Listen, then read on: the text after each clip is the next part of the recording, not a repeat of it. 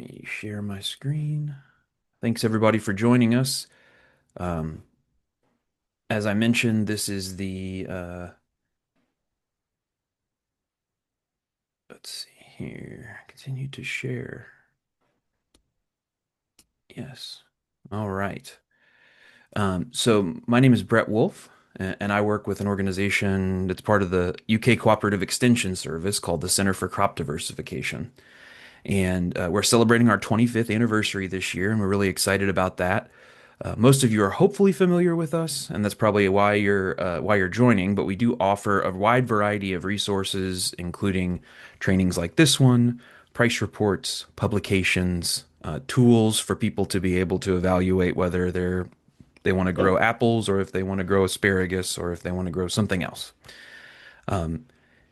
I want to go ahead and just mention the Kentucky Horticulture Council did provide us with some funding this year to for us to be able to work with Lexi, and you're going to hear more from her, and she'll introduce herself here shortly through a Kentucky, I guess, a Kentucky Development Board money for a student research program. And so, as part of that, we're collecting price reports. We're also collecting some other information, for instance, how it is that people use these price reports. So, that's going to be a little bit of what we talk about here today, as well as some of the trends that we've seen on a few crops this year. We'll have plenty of opportunity for questions and comments and sharing at the end of that. So, but I do wanted to just say thank you to the Kentucky Horticulture Council for sharing the resources with us to be able to do that. If you have questions that come up as you are going along, please feel free to use that chat window, or at the end, if you want to raise your hand and unmute, and you want to ask it with your human voice rather than your text Twitter fingers, we can definitely do that. All right. So I mentioned that the Center for Crop Diversification has a lot of resources. A lot of what we're going to be talking about today can be found on our website. Down there at the bottom is the actual site name. Hopefully, you've been able to navigate our new site this year. It was a big undertaking to push that through and get it up to date and changed over to a new format. On the right-hand side is kind of the main menu when you get to the price reporting page. And I just want to make sure everybody's aware that in addition to the farmers market prices, like what we're going to be talking about today, from the farmers market prices from Kentucky, we also share produce auctions from Kentucky and their prices. We have Tennessee farmers market price reports, as well as some average and summary price publications, which is one of them is highlighted here on the left. So some of these data, not the 2025 data, but the other stuff to which it's compared, those are all available in this report, which is again on our website main page. You'll see price reports. You click there and it'll take you to a menu that looks a lot like this. So we post those prices every week throughout the season. We're really grateful to all of our price reporters for committing their time and energy to make those price reports happen, and that's where these data come from. If you are interested in reporting, or you have a market that you work with that might be interested in reporting, all you have to do to get started is just email me and let me know that you're interested. My email address is again just my name, brett.wolff@uky.edu. But you can find me on the CCD website as well if you want to get in contact. If you would like to report, let me know, and I'm happy to oblige you. So, with that, I'm going to turn it over to Lexi, who's first going to give us a little bit of some data that she's collected and put together for a few crops this season. She's also been had a chance to chat with some of the vendors at one of the markets where she reports and get some perspective from them about how the season's going so far. And then we'll come back and talk a little bit more about the survey work that we've been doing about how people use these reports and what impact they have. So, with that, I'll turn it over to you, Lexi. Okay. Well, thanks for joining us today. Like you said, my name is Lexi. I'm originally from Ohio, just south of Columbus, and I go to UK and I'll be a senior this year, and I am the fellow for the CCB.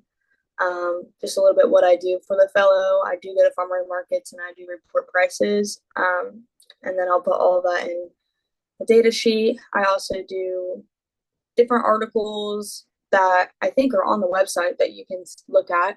Um, but other than that, my major is agriculture economics, by the way, too. But other than that, that's about it about me.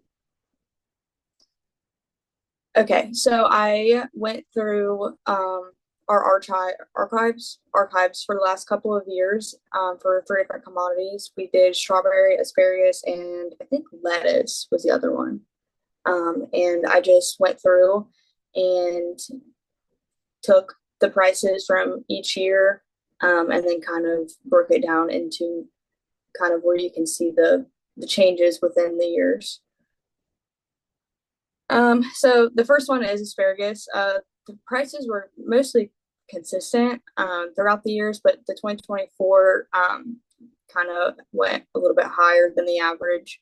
Um, and then in 2025, it's kind of, you know, also really high, um, which is reaching, yeah, $7 a bunch for around like 10 stocks. So this kind of just shows like how the prices kind of fluctuated over the last couple of years and where, during 2022, kind of where, kind of right after COVID, you can see how it started out really low. They kind of went up and then dropped back down in 2023. So, just seeing those prices and how they've changed over the last couple of years kind of gives you perspective on what's happening in the economy and different things like that.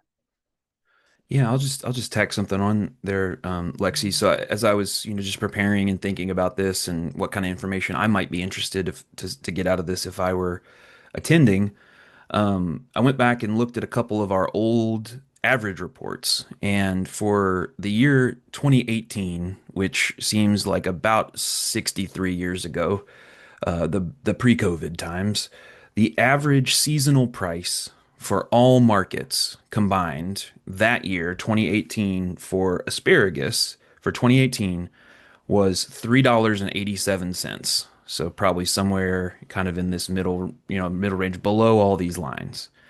And that was kind of the before times. And then I went and looked at the prices from 2021, and in 2021, the price per bunch had, on average, had jumped up to $6.61. And so I think part of what we're seeing here, so all of these prices are since then, I think we're seeing a little bit of it was low, it went high, immediately post COVID, and now it's come back down into a, seasonal average that's somewhere here in the middle between those two. So we have not even come close to returning to 2018 prices, nor should we. But just to give you a little bit of context on where these graphs fall, yeah, it's kind of in between those two points there. And then for lettuce, it's kind of the same thing. 2022 and 2023, there was a surge in high prices, and it goes kind of hand in hand with COVID. I mean, if you guys remember in 2020, everything was cheap, and then once COVID kind of started to not go away, but not become as an issue as big as it was, prices just skyrocketed just because they could at that point. And so you can see throughout the different years, mainly 2022 and 2023, where they completely shot up. And then 2025, or is that 2025? No, yeah, 2022, it comes past $4 um, per gallon or bunch, which with the economy right now is weird because 2025 you would think it would be the highest with how expensive everything is. So it kind of just shows you how the economy has been fluctuating after COVID and just how the supply and demand's been working out. Yeah, I think, another thing I would just add is that, we're exactly what you're saying, that like the inflation that we're seeing now, actually generally the things that we tend to see in the bigger economy don't always, sometimes they do, but they don't always track onto prices Mm-hmm. at our local markets, especially the direct to consumer markets. They're small enough, they're insulated enough in many ways, and in some cases the price strategies are just a little bit unexpected. And so to see that 2025 would be, all bunched up here in the early going with lettuce, and then over time, kind of the price tapers off compared to these other years is kind of interesting. And to again give that context, so lettuce is one of those that we didn't see this crazy surge up in pricing during COVID. And so the 2018, or sorry, we did see that, but we have seen it return back to more the pre-COVID. So the 2018 average price for lettuce was about 325 per bunch, or this per gallon or bunch. And then the 2021 price actually jumped all the way up to $5 a bunch. And so it's again come back down almost to those pre-COVID levels. And that might be that some people are moving out of lettuce. That might be that it's just a product that people won't pay as much for, so the prices have come back down. But I think it is just an interesting variation from the previous crop, the asparagus that we just talked about. And then our last one is strawberries, and then the highest year was, yeah, 2023 at $9, and then all the other years are kind of in the same general area, and then completely in 2022 drops down to what price is that? I can't really see with the screen, but I'm gonna. It looks like $4, um, which is weird because if you go back and look at the other different commodities, at 2022 everything's skyrocketing with the other commodities, but then strawberries it's completely decreasing. So it honestly it's just like I would say like each fruit or vegetable has a different demand for it. So when if they're not wanting it in that year, they're going to obviously drop their prices. But if they have a higher demand for like lettuce or asparagus, they're going to raise their prices tremendously. And it kind of just looks like to me in 2022 people either weren't buying them or didn't want to pay that much for them, especially after the whole COVID situation. So they just tapered off tremendously. That's just kind of my opinion, my take on that one. Yeah, and I think the fact that you're out at the markets and seeing it is really valuable. And I happened to be out there during the COVID markets, and it was to be able to get that insight was really interesting. One of the things right before we started with this talk, we I got an email from the director over there at the Horticulture Council, who again funded this. Thank you very much. Uh, that you're just curious because we noted Lexi wrote an article for our Ag Economics newsletter about these prices, and one of the things that was odd is that this was, if you're out there in the production world at all, you know that this was an odd and difficult year for produce in the spring in general, and particularly so for strawberries. That some he the direct Trevor Terry, the director there, said that some of the bigger growers lost as much as 70% of their crop to Mm-hmm. this novel disease issue.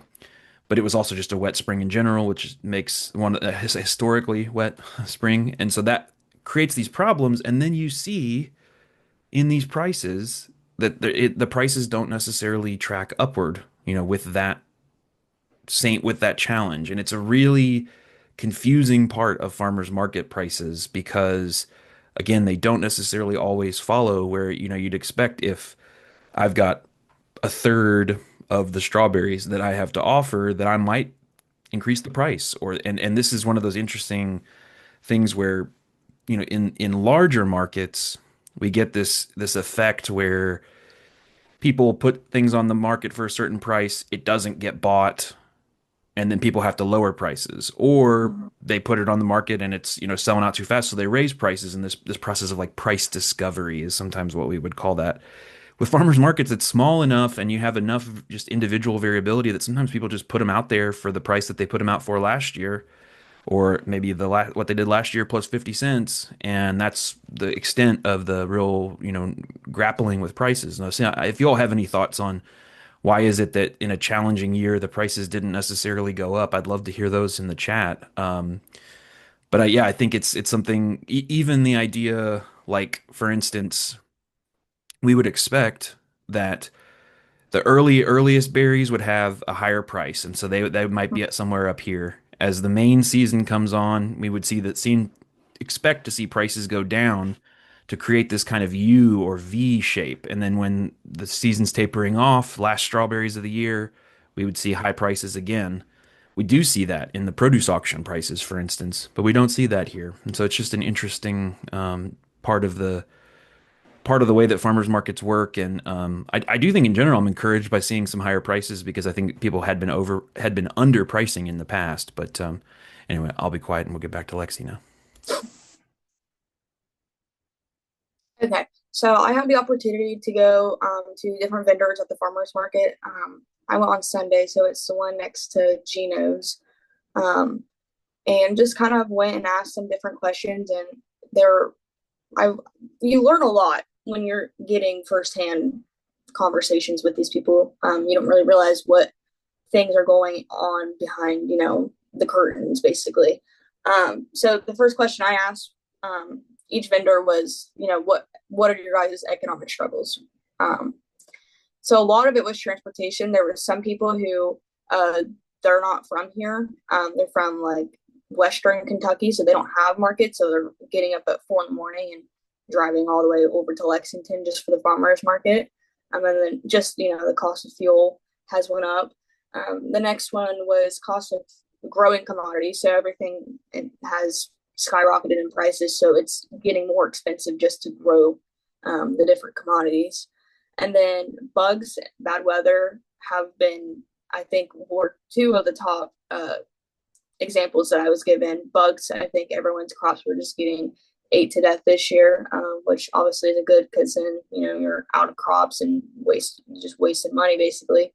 Bad weather, and then competition. So when you have all these other different vendors that are there with you, um, and you're all selling the same stuff, it gets competitive, and you don't want to decrease your prices because then you're not going to make anything, but you don't want to put them too high because no one's going to come buy them. But when you're all selling the same stuff, it gets kind of tough. Tariffs was another big one. Labor issues, and then customers just being uncertain with what they want to spend and what they don't want to spend, and if it's worth buying um, fresh produce from these farmers markets for the prices that they're selling them at.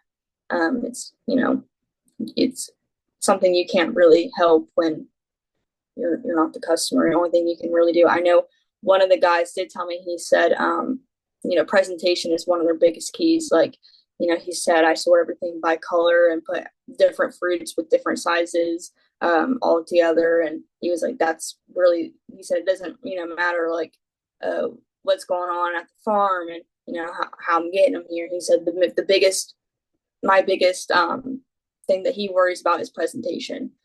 He said, and that kind of brings customers in, which kind of goes in with competition. He said, it kind of just sets you aside from other vendors and stuff like that. But those were like the main struggles economically that people have been facing at the farmers market. And then the next one was pricing perspective.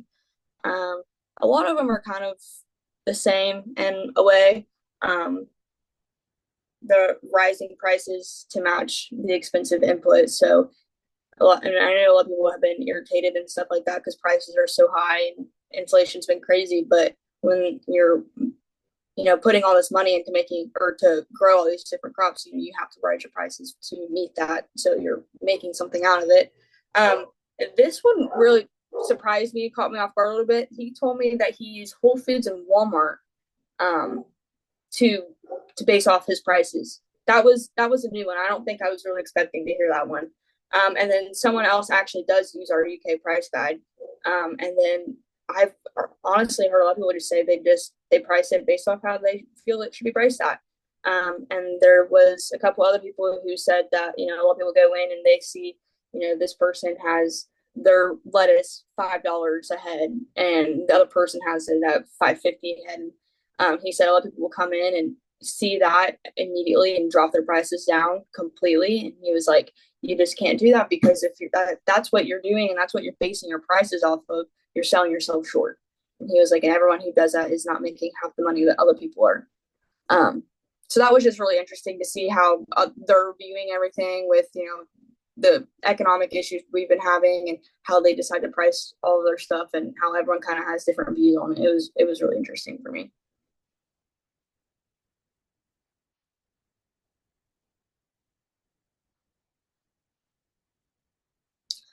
And then, oh, I don't know what's happening.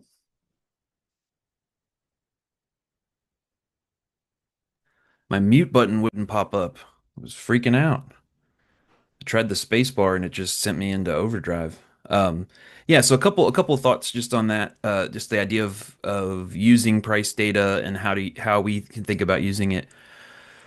One of the ways I have tried to talk about the price reports that we put out that Lexi's been reporting prices for that I mentioned that are available on the website is that it's a way of seeing the going rate at similar markets across the state. That's really all that it tells us. It doesn't tell us whether people are selling their prices at those, sorry, selling their products at those prices. It doesn't tell us whether they're selling out by eight, at an 8 a.m. market, they're selling out by 8:30. In other words, they should probably raise their prices. It doesn't tell us if people are complaining and walking away and going down the road. And so there's an element of that I think we have to just keep that in mind that this isn't I try to tell people this is not Brett and Lexi telling people this is the price for tomatoes and you should set them at X dollars per pound. But the other piece of it too, once you have a sense of the going rate, and I love the idea of going to Walmart and Whole Foods just so you know what the rest of the market looks like, is to also have an understanding of how much it's costing you to produce the stuff. And this is like a, unicorn for some people that it's a real pain to get that information together, but even having a decent idea of how much it's costing you, uh, it could be that the prices that are in our price reports, the ones that we just saw on those charts that Lexi walked us through, are actually too low. And so if that is the going rate, if that's the price I have to price it at in order to sell the product, then that means that's too cheap for me to be able to sell, and so I'm going to grow something else. What I'm talking about in general here is the idea of how is it that people use those price reports. And so this is kind of at partially at the heart, I would say, of what we are doing this summer with Lexi's research project is that we're trying to understand how is it that people use these price reports. And so I'll briefly say, if you haven't taken it yet and you have a smartphone, feel free to pull it out and scan the QR code on the screen in front of you and take the survey. It would help us out a lot. But this is the flyer we use to promote this, and we'll continue promoting it over the next month or so. But the goal here was to just understand who was using our reports and how are they using them. And so I'll turn it back over to Lexi here. We did a survey, and we're also doing some interviews as well to supplement it. And we did a survey just to see who is it that are using these. And so far, we have 63 responses. We're shooting for around 100 by the end of the season, basically. But we thought we would go ahead and summarize some of the results for you. It's a partial set, so this isn't finalized, but it just gives you a sense of who is using these and how they're using them. And so I'll turn it back over to Lexi to walk through some of those charts. Yeah, so one of the questions we asked was what is your primary role in the Kentucky's local agriculture system? And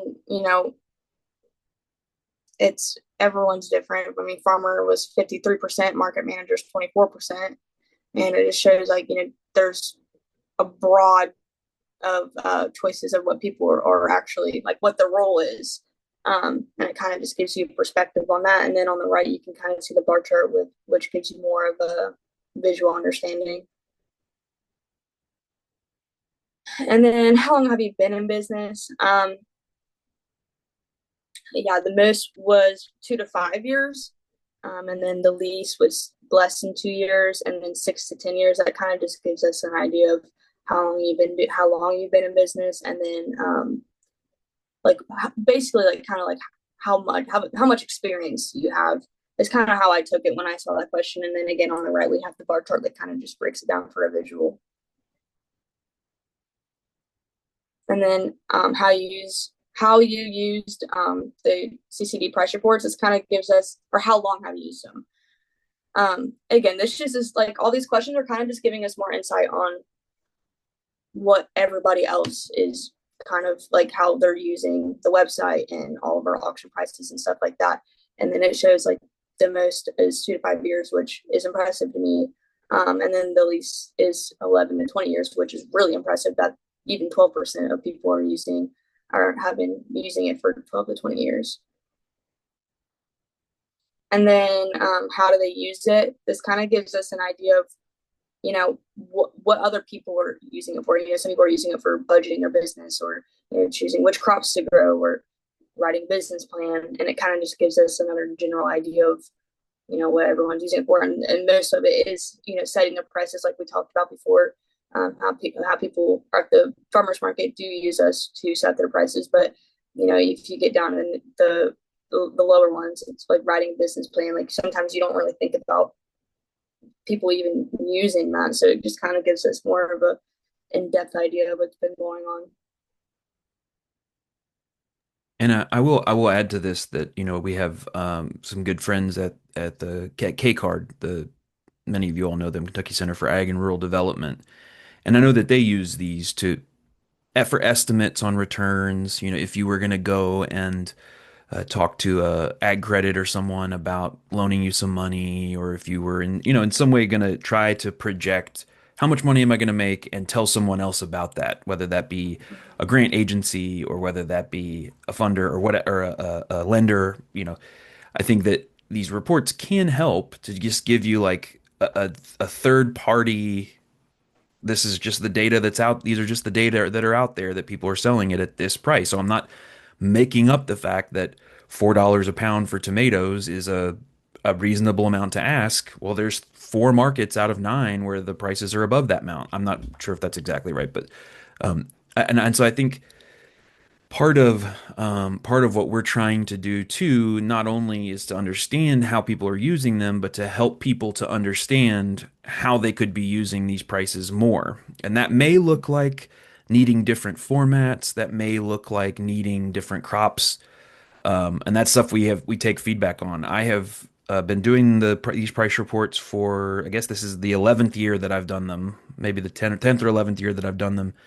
And I've made changes, if not every year, every other year based on feedback. And so we added in stuff like cut flowers. We started reporting on that. I think we could probably improve some.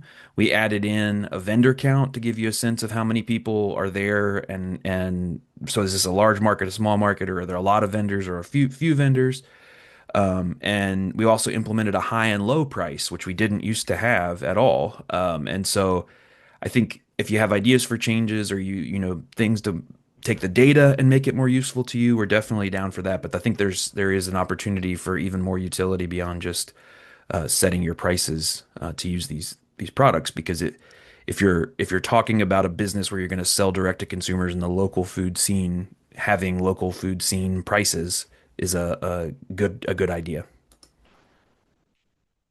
And then this one is just estimating the total additional income that you've earned because of you using prices from the CCD. So it's like all the other questions. Like, I mean, when you're using our pricing, you're getting a guide basically on how what other people are doing in the market, what they're pricing their stuff at. So we kind of just want to see if our website and our prices from us are helping other people actually price and make money from what they're doing.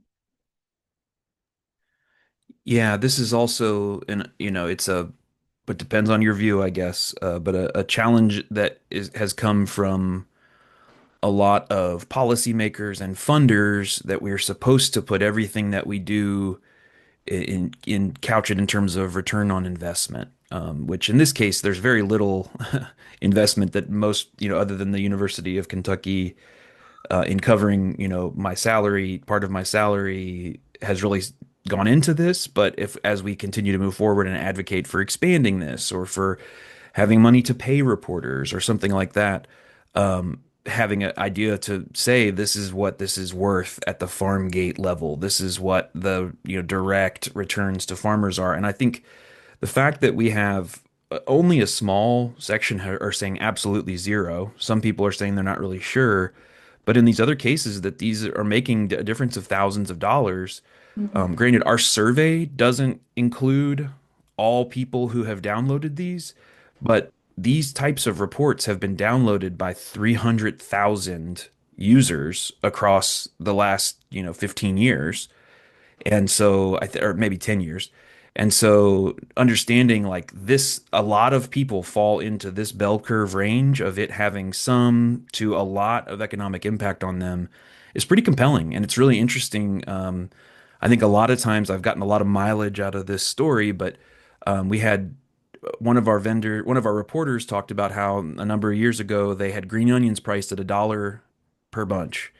And she went to her vendors and she said, "Look at these reports. I think we could probably price this stuff at $2 a bunch."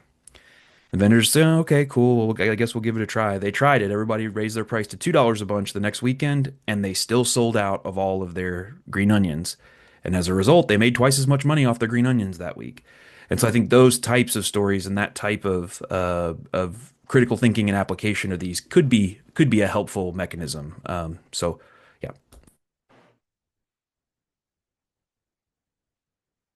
And then we had everyone that took the survey estimate the total monetary value that they've saved because of using prices, um, which is interesting that 42% of people have, I mean, at the most, have saved $2,000 just using our reports and pricing based off of us. Just like how much money people have made, we're also saving money for people.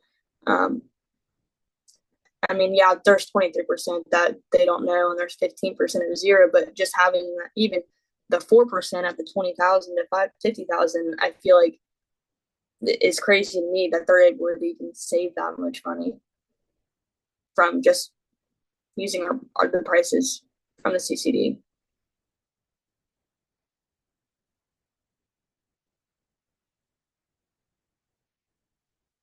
All right. Well, that concludes the formal presentation. So I'm gonna put up our contact information here, and I'm gonna go over and take a look at the chat and see what's what. All right. Lots of people signing in and saying hello. Glad to have you here. Recently moved to South Carolina from New Jersey. Great. Let's see. Some extension folks. Yeah. So there's two questions here. One is how do I balance price competitiveness with maintaining a fair profit margin? And then the other question is, can you recommend ways to adjust pricing for seasonal fluctuations in the demand for, say, flowers or mushrooms? Yes, it's a great question. So I'll start with the first one there. Balancing price competitiveness with maintaining a fair profit margin. I think the competitiveness of the pricing would depend on if you're talking about competitiveness relative to other vendors, or if Mm-hmm. you're talking about competitiveness relative to the, broader uh, price environment. So, like for instance, you're probably not ever going to be able to be competitive on a bouquet of flowers with Costco, and you may not be able to be competitive with a grocery store. And so I think in that regard, one of the things we talk about is differentiation of the product. Like the reason Mm-hmm. why you're asking for a higher premium or for a, competitive price is because what you're offering is qualitatively different from what is available in these other places. And so if that it matters that the way that that is different is important to your customer because you could say, I'm offering, I have green beans, but they happen to be purple, and I'm going to charge an extra dollar. And if I don't care about that novelty as your customer, well, it doesn't really have much value to me. But if I am a gourmand, local food person, and you tell me my beans are more flavorful than these other beans, or maybe I'm a nutrition minded person and my beans have a higher nutrition density than some of the other beans in the way that they're grown, and that's why they're $1 more per pound. Then I think that makes more sense. And so I think with the flowers and I'm assuming flowers and mushrooms. The question came from the same person. I'm assuming flowers and mushrooms are part of that. Being able to explain how and why the product is unique and then why it demands that price is part of that. So like the classic example is that like imagine that I offer you the rock hard middle of winter Subway, food, the Subway restaurant tomato slice. And then I offer you the slice of the homegrown middle of the season vine ripened tomato. They're just different things, Or I offer you the freezer pie that comes out of the grocery store thing, and I offer you a slice of my grandma's homemade apple pie. There's a difference there, and this is one of the aspects of marketing that we talk about is understanding what the quality and et cetera is worth to those people. As far as adjusting pricing for seasonal fluctuations, I think From my perspective, part of it is understanding like in the early window, is it just that is it more expensive to produce that product, or is it just rarer in the marketplace? And if it is more expensive to produce, then that's part of the reason and how you would approach that and how you would approach communicating about that. If it's just, harder to find, we do tend to see at farmers markets people generally keeping similar prices the whole season, which is very strange dynamic, and it's something we wouldn't necessarily expect. But on a week to week basis, I mean, I think it could be as simple as this is the weekly price, and here, if people ask you why, or they want to know why, having a good reason or being able to explain, like there's no other product, and when it comes, when the season comes in, I'm going to have a lot more competition, and that's why I'm trying to make up some money so that later in the year I can give you a better price. Um, I have a take on the Yeah, first question please, please, please. that kind of tags on to what you were saying, how you're saying like what makes your product different. There is this one vendor, and this kind of goes on what I was saying with like presentation matters. But there's this one vendor that always sticks out to me, and I feel like when you do this, it kind of builds that connection with your customers, and it makes it more of you're not just buying vegetables or fruits from a random person out of a farmer's market. It kind of makes it more of a personal situation. But he has this book, and it's pictures of his farm and his family and all his different animals, and it kind of just makes it more of like a personal transaction more than just here's my money, okay, I'll take the vegetables now. And I feel like when you do that, it's making you look more, I wouldn't say, I want to say different. Like, not everybody's out here making connections and getting to know their customers and, making more of a personal standpoint. So when you're doing that, it's going to make the customers, I would say, drawn to you more than someone else when they have like this, they have like a personal connection with you. At least that's how I would feel. But that's just kind of like my personal opinion on that.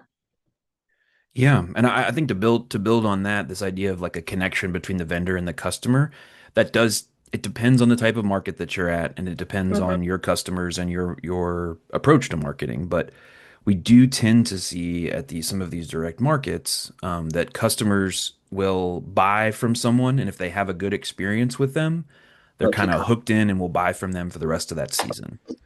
And so some people use that as a strategy of like, I'm just going to price it the same way the whole time. I wouldn't necessarily recommend this. I'm going to price it the same way the whole time, and then they'll know every week they come back, and this is how much my mushrooms are going to be. I would tend to just be aware of the cost differences and be aware of why you're pricing your products differently. But I think, unfortunately, on the competitiveness side of things, there will be times where the market that you're in cannot pay the price that you need to get in order to make this whole thing profitable. And from there, it's complicated because it could be that you sell some things at a loss and other things at a profit, and overall the business is profitable, or it could be that you phase out that product. So, great questions, long answers from us, but yeah, great questions. Any other questions? Anything else came up in your mind, Lexi? I don't think so. Okay. Any other questions anybody has?